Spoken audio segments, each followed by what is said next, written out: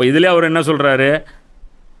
உன் கடவுளாகிய ஆண்டவரை வணங்கி அவர் ஒருவருக்கே பணி செய்ன்னு சொல்லப்பட்டிருக்கு. அதனால் நான் வணங்குறதா இருந்தால் ஆண்டவருக்கு மட்டும்தான் வணங்குவேங்கிறார்.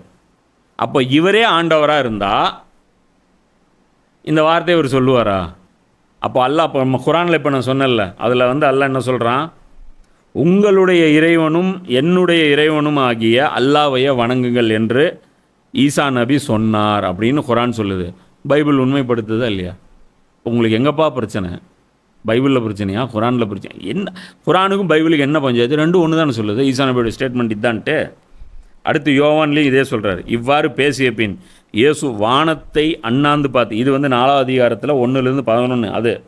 இது வந்து யோவான் நற்செய்தி 17 பார்த்தீங்க அப்படின்னா ஒரு 20 வசனங்கள் தொடர்ச்சியாக அது. இது யோவான், ஆமாம் யோவானில் அது வருது. இதில் அவர் சொல்கிறாரு, என்ன சொல்கிறாரு? இவ்வாறு பேசிய பின் இயேசு வானத்தை அண்ணாந்து பார்த்து வேண்டியது, தந்தையே, நேரம் வந்துவிட்டது. உன் மகன் உம்மை மாட்சிப்படுத்துமாறு நீர் மகனை மாட்சிப்படுத்தும். இவர் என்ன சொல்கிறாரு? டைம் இஸ் கம், வந்துருச்சு. என்ன டைமு? இறை தூதராக டியூட்டி சார்ஜ் எடுக்க வேண்டிய நேரம் எனக்கு வந்துருச்சு. அதனால் நான் தான், ஏன்னா ஒரு நல்லா புரிஞ்சுங்க, குழந்தையெல்லாம் இவர் பேசுகிறாரு.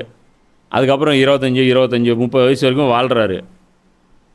அந்த டைமில் எங்கேயும் ஒரு இறை தூதர்னு கிளைம் பண்ணல, வேதம் கொடுக்கப்படல. ஏன்னா பழைய வேதம் தான் ஒர்க் அவுட்டில் போயிட்டுருக்கு. ஆல்ரெடி நபி ஜக்கரியா நபியும் யஹ்யா நபி கிரவுண்டில் இருக்காங்க. அவங்க தான் ஒர்க் பண்ணிட்டுருக்காங்க. இன்னும் இவர் டியூட்டிக்கு வரல. புரியுதா?